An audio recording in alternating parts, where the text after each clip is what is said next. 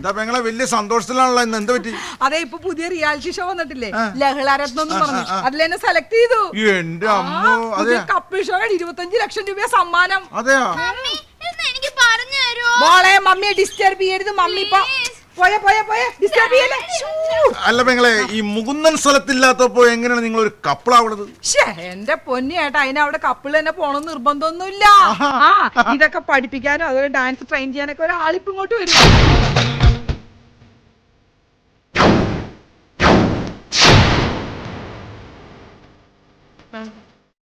കണ്ടോണ്ടതിന്റെ pant ഉലിഞ്ഞു പോയല്ലോ. കൊണ്ടാറ് pant ഉലിഞ്ഞു പോളല്ല, ഇത് ഫാഷനാണ്, fashion. ഓഹോ, നമ്മളാരാ പറഞ്ഞ? ഞാൻ യോയോ, ക്രൂവാലിറ്റി ഷോനെ ട്രെയിൻ ചെയ്യാൻ വേണ്ടി വന്നു. ഇയാളാണ് കപ്പിളായിട്ട് അഭിനയിക്കാൻ പോകുന്നത്. ആളങ്ങനെ വിലയിരുത്തരുതട്ടോ, ഭയങ്കര കഴിവുള്ള ആളാ. ഓടും ചാടും, അപ്പുറത്തെ വീട്ടിൽ ചാടി കയറും, ഭയങ്കര കഴിവുള്ള ആളാ. ഭ്രാന്ത.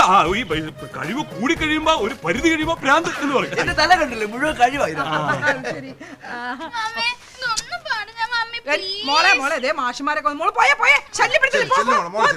അപ്പൊ നമ്മള് ക്രൂവാലിറ്റി ഷോയില് ആദ്യം നമുക്ക് വേണ്ട കഴിവ് എന്താണെന്ന് വെച്ചാൽ ബിഹൈവ്. അത് കുപ്പിയുടെ പേരല്ലേ? ആ കുപ്പി അത് കള്ളു. ഇതല്ല, ആ ബിഹൈവ് അല്ല, ഇത് ബിഹേവിംഗ്, പെരുമാറ്റം. അതായത് തറുതല പറയാൻ പഠിക്കണം. മനസ്സിലായില്ലേ? ജഡ്ജസ് എന്ത് ചോദിച്ചാലും വളരെ സന്തോഷത്തോടു കൂടി മറുപടി പറയണം. ഹാപ്പി ആയിരിക്കണം, ഹാപ്പി. അവരായിട്ട് നന്നായിട്ട് മിങ്കിൾ ചെയ്യാൻ പറ്റണം. അതെ. ഇപ്പൊ അവര് ചോദിക്കണം നിങ്ങൾക്ക് പണിയൊന്നുമില്ല എന്ന് വെച്ചിട്ടുണ്ടെങ്കിൽ സന്തോഷത്തോടെ പറയണം, ഇല്ല വെറുതെ ഇരിക്കാനെന്ന് പറയണം. ഓക്കെ. പിന്നെ നമുക്ക് വേണ്ട എന്താണെന്ന് വെച്ചാൽ ഈ പാടി അഭിനയിക്കാനുള്ള കഴിവ്. ഈ സിനിമാറ്റിക് പാട്ടൊക്കെ ഇട്ടിട്ട് അതിനനുസരിച്ച് പാടി അഭിനയിക്കണം കഥകളായിട്ട്. അതെ, ഈ ചന്തപ്പെണ്ണുകളില്ലേ അതുപോലെ ഇരിക്കണം. മാർക്കറ്റ് ലേഡീസ്, ഈ മീൻ മാർക്കറ്റ് ലേഡീസ്. ഓക്കെ, അപ്പൊ നമുക്ക് പാടി അഭിനയിക്കാനുള്ള ട്രെയിനിങ് തുടങ്ങാം. Okay, camera rolling action.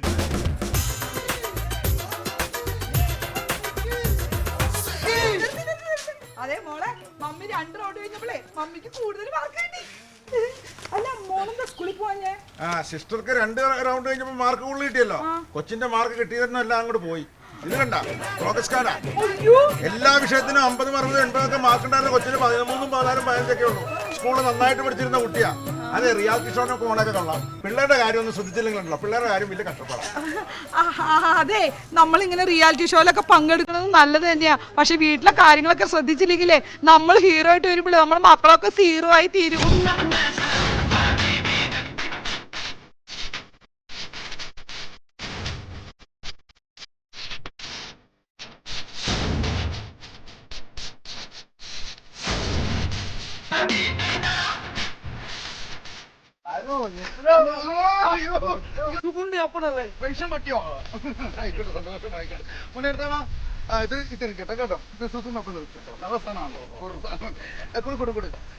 ഇത് പൗഡർ ആണ്, നല്ല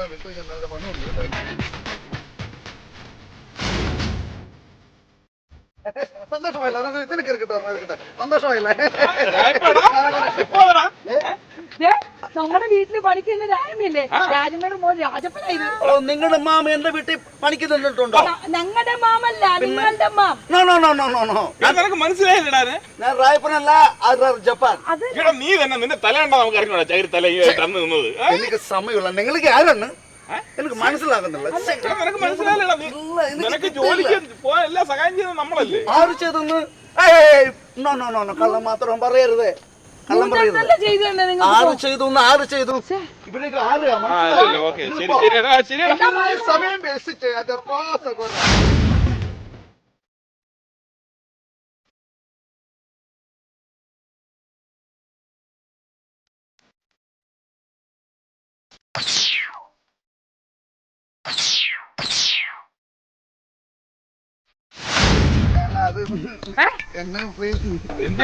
ഞാൻ വരുന്ന ആഴ്ച പോവാ.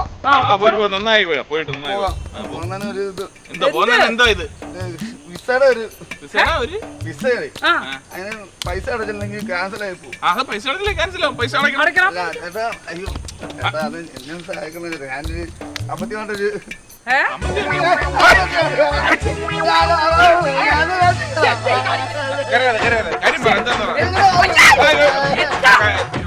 എന്താ വേണ്ടേ? തിരിച്ചു പോകാൻ 5 പൈസ ഇല്ല. എന്റെ അത് കൊണ്ടുവന്ന കൂട്ടുകാർക്കൊക്കെ കൊടുക്കാറുണ്ട്. അവന്മാർക്കും എല്ലാം അടിച്ചു പൊളിച്ച് പൈസ മുഴുവൻ പോയി. ഞാനിപ്പോ അവന്മാർ എന്നെ കാണുമ്പോ ഉണ്ടല്ലോ മുങ്ങി നടക്കുക. എന്നെ ഒരു പാവം പോലും കാണിക്കുന്നില്ല എന്നെ കണ്ടതായിട്ട്. പാവം മൂന്നേട്ടാ എന്തെങ്കിലും കൊടുക്ക് മൂന്നേട്ടാ. അതെ അതെ ഞാൻ ഒരു കാര്യം പറയട്ടെ, പൈസയായിട്ട് ഇപ്പൊ ഞങ്ങളുടെ കയ്യിൽ ഒന്നും കൊണ്ടുവന്നിട്ടില്ല. ഞാനൊരു കാര്യം ചെയ്യട്ടെ, ഈ വള തരട്ടെ, ഇതുകൊണ്ട് ഒപ്പിക്കാവോ? അറിയല്ലേ സങ്കടം വരും. കഴിഞ്ഞ തവണ കൊണ്ട് ഇത് തന്നിട്ടില്ല. ആദ്യം ഗൾഫിലൊക്കെ പോയി നന്നായിട്ട് ജീവിക്കുക. പോണതിന് മുമ്പ് ഏതാണ്ട് ഈ മുടിയൊക്കെ ഒന്ന് വെട്ടി ഒതുക്കണം, എന്നിട്ട് സ്വയമേ ഒന്ന് ഒതുക്കണം കേട്ടോ. ആ ചെല്ലു ഓർമ്മയൊക്കെ വരും. ഇനി തിരിച്ചു വരുമ്പോ ഓർമ്മ കാണുമോ?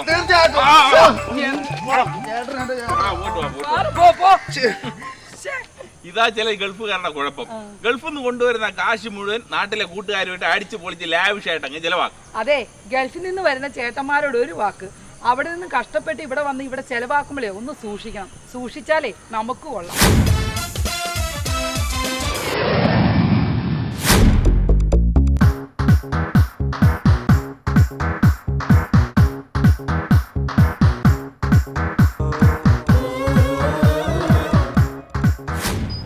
എങ്ങോട്ടാ ചേട്ടാ? ഈ റെയിൽവേ സ്റ്റേഷൻ വരെ പോണേന് എത്രയോ? എവിടാ? ഈ റെയിൽവേ സ്റ്റേഷൻ വരെ 65 രൂപ. 65 രൂപ?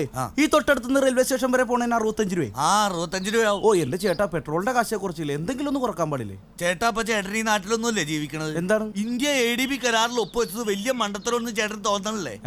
അത് മാത്രമല്ല, നമ്മുടെ രാജ്യം ഇപ്പൊ ഭീകരതയെ പേടിച്ചുകൊണ്ടിരിക്കുകയാണ്. മൊത്തം തീവ്രവാദികളാണ്. അത് മാത്രമല്ല, അമേരിക്കയുടെ ആഗോളവൽക്കരണത്തിനെതിരെ ചേട്ടൻ എന്താ പറയാനുള്ളത്? ഇതൊക്കെ എന്റെ അടുത്ത് പറയാൻ എന്തിനാണ്? ചേട്ടനോട് എന്തെങ്കിലും പറഞ്ഞ് കാശ് കൂടുതൽ മേടിക്കാനല്ലേ എനിക്ക് പറ്റുള്ളൂ ചേട്ടാ. കാരണം എനിക്കും ജീവിക്കണ്ടേ. ഈ ലഗേജ് റെയിൽവേ സ്റ്റേഷൻ വരെ എത്തിക്കണേന് എത്രയോ? ലഗേജിന് പൈസ ഒന്നും വേണ്ട, ലഗേജ് ഫ്രീ. എന്നാ ഈ സാധനം വെച്ചോ, അതിനകത്തൊന്നും കുഴപ്പമില്ല. ലഗേജ് റെയിൽവേ സ്റ്റേഷൻ വരെ എത്തിച്ചേക്ക്. അപ്പൊ ചേട്ടൻ പറ്റില്ല? ഞാൻ പറ്റില്ല, ഞാൻ ബസ്സിന് വന്നോളെ പറയില്ലേ. ചേട്ടന്റെ വണ്ടിക്ക് കാശ് തരണ്ടല്ലേ ലഗേജിന്? അയ്യാ അത് പറ്റൂല. എടാ വെപ്പ എനിക്ക് ജീവിക്കണ്ടേ? കാലത്ത് ഉടായ്പായിട്ട് ഇറക്കിയല്ലേ? ഞാൻ എടുത്തോളാം, ഞാൻ അല്ല പിന്നെ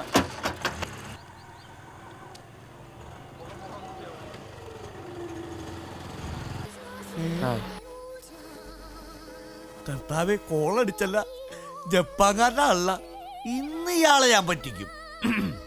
ഹലോ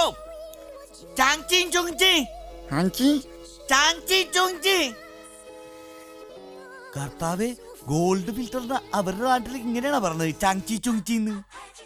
അപ്പൊ കാശിനെന്തായിരിക്കും പറഞ്ഞെന്നാവോ? ഒരു പണിയോ ഒരു ഐഡിയ ഉണ്ട്. അയ്യോ അത് തെറിയായിരുന്നു. ഹലോ, എവിടെയാണ് പോണ്ടത്? എന്താണിത്? എന്നത് ഈ സാധനത്തിനെ കൊണ്ട് ചിറ്റിയല്ലേ. എവിടെ പോണം? എവിടെ പോണം? മാമന്റെ വീട്ടിൽ പോണം. ആ അങ്ങനെ മലയാളത്തിൽ പറ. എവിടെ പോണം? മാമന്റെ വീട്ടിൽ. മാമന്റെ വീട്ടിൽ. മാമന്റെ വീട്ടിൽ. മാമന്റെ വീട്ടിൽ പോകാനുള്ള വഴി അറിയാമോ? മാമന്റെ വീട് വഴി നേരെ പോണം. അങ്ങോട്ട് പോണോ? ഇങ്ങോട്ട് പോണോ? എന്റെ ദൈവമേ, മാമന്റെ വീട്ടിൽ പോണം. പോകാ പോകാ, കേറ് കേറ്. മാമന്റെ വീട്ടിലല്ലേ? അപ്പാപ്പന്റെ വീട്ടിൽ വരെ ഞാൻ ഉണ്ടാക്കി തരാം. ഇതെന്തു വണ്ടിയാണ് ഇത്? സ്റ്റോപ്പ്, അവിടെ സ്റ്റോപ്പ് സ്റ്റോപ്പ്. എന്താണ്? അമ്മാവന്റെ വീട്. അയ്യോ, ഇത് എന്റെ അമ്മാവന്റെ വീടല്ല. എന്റെ പൊന്നു സാഹിബ്, ഇത് എത്രാമത്തെ തവണയാണ് അമ്മാവന്റെ വീട് അതാണെന്ന് പറഞ്ഞ് എന്നെ പറ്റിക്കണത്? എന്താണ് ഈ കാണുന്നത്? എന്താണ്? നിങ്ങളുടെ നാട്ടിലെ വയലുകൾ മുഴുവൻ നികത്തുകയാണല്ലോ. എന്റെ സായിപ്പ്, അത് വയലൊന്നും അല്ല, പിന്നെ അതാണ് എറണാകുളത്ത് ഏറ്റവും തിരക്കുള്ള MG റോഡ്. അത് ടാറിയാണ് കാണുന്നത്, അല്ലാണ്ട് വയല് എത്തണമെന്നല്ല. വയല് നികത്തുന്നതല്ലേ? അല്ല, കണ്ടാൽ വയല് പോലുണ്ടല്ലോ. ആ MG റോഡ് കണ്ടാലും വയല് കണ്ടാലും ഒരേപോലെ എന്താ തോന്നുന്നുള്ളത്? ആണല്ലേ? ആ അതെ അതെ അതെ. പക്ഷെ എന്തൊക്കെ പറഞ്ഞാലും നിങ്ങളുടെ നാടിന് പുരോഗതി ഇല്ല. നമ്മുടെ നാടിനെ കുറ്റം പറയല്ലേട്ടാ. നിങ്ങളെ പോലുള്ള ചെറുപ്പക്കാർ ഇതുപോലെ ഓട്ടോറിക്ഷ ഓടിച്ചുകൊണ്ട് നടന്നാൽ എങ്ങനെ പുരോഗതി ഉണ്ടാവും? വിദ്യാഭ്യാസം വേണം. നല്ല വിദ്യാഭ്യാസം ഉണ്ടായാൽ മാത്രമേ നമ്മുടെ നാടിന് പുരോഗതി ഉണ്ടാകൂ. ഓ, ആ വണ്ടി പോയ പോക്ക് കണ്ടോ? എന്തൊരു സ്പീഡാണ്! എന്താണ്? തീർച്ചയായിട്ടും അതിൽ ജപ്പാന്റെ എഞ്ചിൻ ആയിരിക്കും. ജപ്പാന്റെ എഞ്ചിൻ ഉപയോഗിച്ചാലേ അത്രയ്ക്ക് സ്പീഡിൽ പോകാൻ പറ്റൂ. അതാണ് അതിന് അത്ര സ്പീഡിൽ പോയത്. നിങ്ങളൊക്കെ എന്നാണ് ഇനി ജപ്പാന്റെ ടെക്നോളജി ഉപയോഗിക്കുന്നത്? അതെ, ജപ്പാന്റെ ടെക്നോളജി ഒക്കെ അവിടെ നിൽക്കട്ടെ, നമുക്ക് അമ്മാവന്റെ വീട് തപ്പി പോവാ. നിങ്ങളുടെ നാടിന് പുരോഗതി ഇല്ലല്ലോ. എന്താണ് കാരണം? എന്താണ് കാര്യം? പറ. ഞങ്ങളുടെ ജപ്പാനിൽ വന്ന് നിങ്ങൾ നോക്കൂ. ഞങ്ങളുടെ നാട്ടിൽ ഇലക്ട്രോണിക്സുകൾ, കമ്പ്യൂട്ടറുകൾ, കൃഷികൾ, അങ്ങനെ എല്ലാം കൊണ്ടും ഞങ്ങളുടെ രാജ്യം ഡെവലപ്പ് ആണ്. നിങ്ങളുടെ നാട്ടിലെ കൃഷി ഇറക്കുമതി ചെയ്യുകയാണ് ഞങ്ങൾ. ഇതെല്ലാം കമ്പ്യൂട്ടറൊക്കെ എല്ലാം ഇറക്കുമതി ചെയ്യുന്നു. ഇവിടുത്തെ ഇന്ത്യയിൽ ഇപ്പോഴത്തെ സെറ്റപ്പ് വെച്ചിട്ടില്ല. ഇവിടെ ഇറക്കുമതി ചെയ്യണത് എന്താണെന്ന് അറിയാമോ? എന്താണ്? കടാര, കുന്തം, കുറുവടി, AK-47 ബോംബ്. അതൊക്കെയാണ് ഞങ്ങളുടെ നാട്ടിൽ ഇറക്കുമതി ചെയ്തുകൊണ്ടിരിക്കുന്നത്. നിങ്ങളുടെ നാട്ടിൽ വേറെ കമ്പ്യൂട്ടർ അല്ലേ? ഓ മൈ ഗോഡ്, ഭീകരാക്രമണം. അതാണ് ഇന്ത്യയും ജപ്പാനും തമ്മിലുള്ള വ്യത്യാസം. ഓ മൈ ഗോഡ്, ആ വണ്ടി പോയ സ്പീഡ് കണ്ടോ? സ്പീഡിലാണ് പോയത്. തീർച്ചയായിട്ടും അത് ജപ്പാന്റെ എഞ്ചിൻ ആയിരിക്കും. അതെല്ലേ? എന്നാണ് ഇനി നിങ്ങളുടെ വണ്ടികളിലൊക്കെ ജപ്പാന്റെ എഞ്ചിൻ ഫിറ്റ് ചെയ്യുന്നത്? നമുക്ക് അമ്മാവന്റെ വീട് നോക്കാന്ന്. അമ്മാവന്റെ വീട് ഇനി ആരോട് ചോദിച്ചാൽ അറിയാൻ പറ്റും? അമ്മാവന്റെ വീട് സായിപ്പ് കേറി ഞാൻ കണ്ടുപിടിച്ചു തരാം. അമ്മാവന്റെ വീട്. അമ്മാവന്റെ വീട് അന്വേഷിച്ച് അമ്മാവന്റെ വീട്.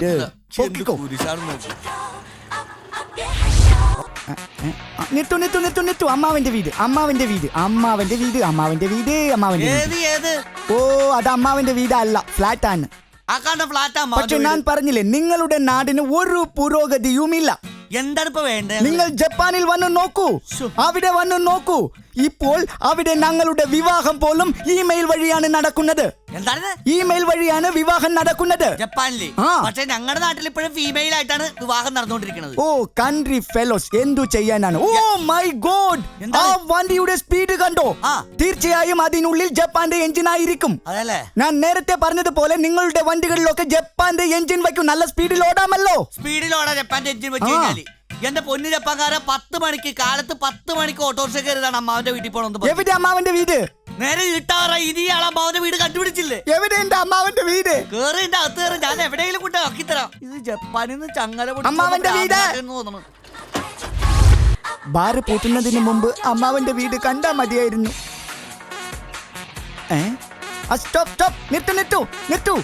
കിട്ടി. അമ്മാവന്റെ വീട് കിട്ടി. ചുമന്ന ഗേറ്റ്. അമ്മാവന്റെ വീട്. അമ്മാവന്റെ വീട്. ഹായ്, അമ്മാവന്റെ വീട്. അമ്മാവന്റെ വീട്. അമ്മാവന്റെ വീട് കണ്ടുപിടിച്ചു. അമ്മാവന്റെ വീട് കണ്ടുപിടിച്ചു. ഇതാണ് അമ്മാവന്റെ വീട്. സന്തോഷമുണ്ട്. Thank you very much. Thank you. ഓട്ടോക്കാരാ, എത്ര രൂപയായി? എന്താണിത്? How many rupees? മീറ്ററിൽ നോക്കിക്കോ, 2500 രൂപ. Oh my god, 2500 rupees. അത് കൂടുതലാണ്. ജപ്പാൻകാരൻ വണ്ടി കയറിയപ്പോ തുടങ്ങി പറയണല്ലേ, ജപ്പാന്റെ എഞ്ചിൻ വെക്ക്, ജപ്പാന്റെ മെഷീൻ വെക്ക്, ജപ്പാന്റെ മീറ്റർ വെക്കുന്നത്. ആയിരിക്കണത് ജപ്പാന്റെ മീറ്റർ. അതിന് ഇത്തിരി സ്പീഡ് കൂടും.